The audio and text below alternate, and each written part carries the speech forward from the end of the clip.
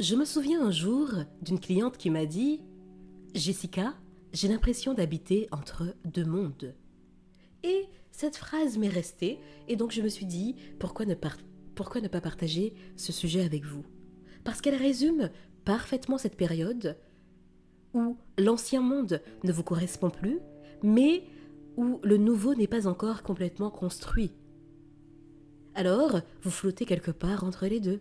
Et oui, c'est déstabilisant. Au début de votre transformation, tout paraît relativement simple. Vous prenez conscience de certaines choses, vous lisez, vous remettez des croyances en question, vous commencez à poser des limites, à vous affirmer, et puis un phénomène étrange apparaît. Certaines conversations commencent à vous fatiguer. Les commérages vous épuisent au plus haut point. « Ah ouais, Ernesta, tu sais ce qu'il a dit, elle a fait ci, et puis elle est partie ça, et puis elle a fait ça. » Ouh, d'accord. Les plaintes permanentes vous irritent au plus haut point. Les relations à sens unique deviennent difficiles à supporter. Les discussions superficielles vous laissent un goût de vide.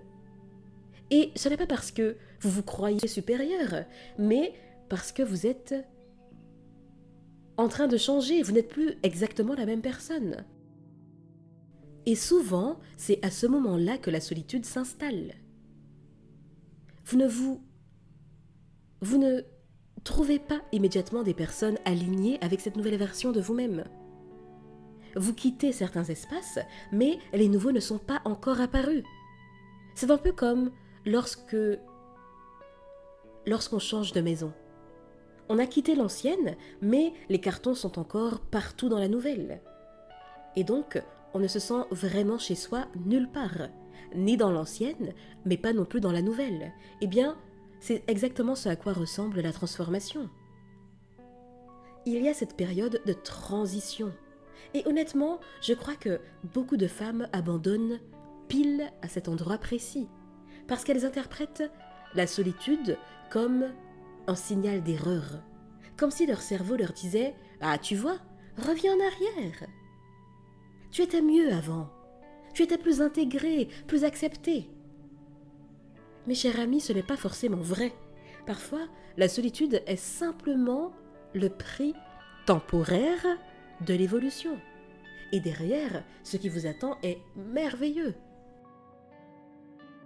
Vous savez, les personnes qui changent profondément deviennent souvent incompréhensibles pour leur ancien entourage, parce qu'elles ont changé de langage intérieur. Prenons un exemple. Oui, prenons un exemple pour illustrer tout ça. Une femme qui a toujours dit oui à tout le monde, pendant 20 ans, allez, 25 ans. Et puis, cette même femme commence à poser des limites. Pour elle, c'est un progrès immense. Mais pour certaines personnes autour d'elle, eh bien c'est un problème, parce qu'elle bénéficiait de cette absence de limite. Et donc, résultat, cette femme se retrouve parfois seule.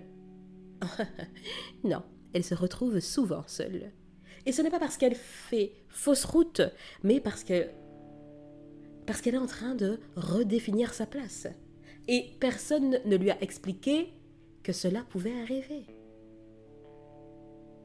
On nous vend souvent le changement comme une magnifique montée en puissance, avec de la musique inspirante en arrière-plan et des paillettes qui tombent. Bon allez, je me ressaisis. Avec cette belle lumière dorée et tout ce qui s'ensuit, et des situations, enfin, des citations motivantes. Mais la réalité est beaucoup moins glamour, hein. Ouh là là, retirez-moi les paillettes, éteignez-moi cette musique. Non, la réalité, c'est qu'il existe des moments où vous doutez. Des moments où vous vous demandez si tout cela en valait la peine, en vaut la peine. Des moments où vous regardez autour de vous et où vous avez l'impression que personne ne comprend. Et si vous traversez cela actuellement, j'aimerais vous dire quelque chose. Vous n'êtes probablement pas en train de perdre votre place. Vous êtes en train de créer une nouvelle, d'en créer une nouvelle. Et ça prend du temps. Donc, toute personne qui vous dira en un claquement de doigts, en 3 jours, en 2 jours, non, il y a anguille sous roche. Je crois aussi qu'il est important de parler de la culpabilité, parce que beaucoup de femmes culpabilisent lorsqu'elles changent. Elles culpabilisent de moins se rendre disponibles, de moins porter tout le monde, d'arrêter de sauver tout le monde. Comme si prendre soin d'elles était devenu une trahison. Mais, cher ami, si vous continuez à vous abandonner pour être aimé, qui prend soin de vous? Qui vous protège? Qui vous écoute? Qui vous choisit? Parce qu'à force de vouloir être tout pour tout le monde, certaines femmes finissent par devenir personne pour elles-mêmes. Et cette solitude-là est bien plus douloureuse que celle du changement. Je pense d'ailleurs qu'il faut arrêter de voir la solitude comme un ennemi. Certaines des transformations les plus importantes de votre vie se produiront probablement dans des périodes de solitude. À ma petite échelle, c'est souvent ce que j'ai observé. Parce que le silence permet d'entendre des choses que le bruit masque. Lorsque les influences extérieures diminuent, votre propre voix devient enfin audible. Et oui, ça peut faire peur. Parce que vous découvrez parfois des envies que vous aviez enterrées, des rêves que vous aviez abandonnés, des besoins que vous aviez ignorés, des vérités que vous évitiez depuis longtemps. Mais c'est ça aussi, le début de la liberté. Je me souviens d'une cliente qui vivait cette phase et qui se sentait isolée. Elle avait l'impression que personne ne comprenait son évolution. Et puis un jour, elle m'a dit quelque chose de très intéressant. Elle m'a dit « Jessica, je crois que je suis moins seule que je ne le pensais. Je suis juste moins entourée de personnes qui ne me correspondent plus. Quelle différence! Quelle différence! » Parce qu'il existe deux types de solitude. Parce qu'il existe deux types de solitude. La première consiste à manquer de présence. Mais la seconde, c'est manquer de connexion.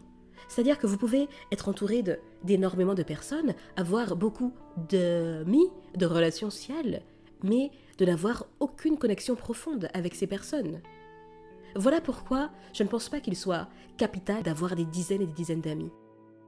Avoir 1, 2, 3 amis avec qui vous avez une connexion profonde, une relation sincère, sera beaucoup plus bénéfique que si vous aviez 10, 20, 500 amis, enfin amis entre guillemets, avec qui vous n'avez aucune connexion.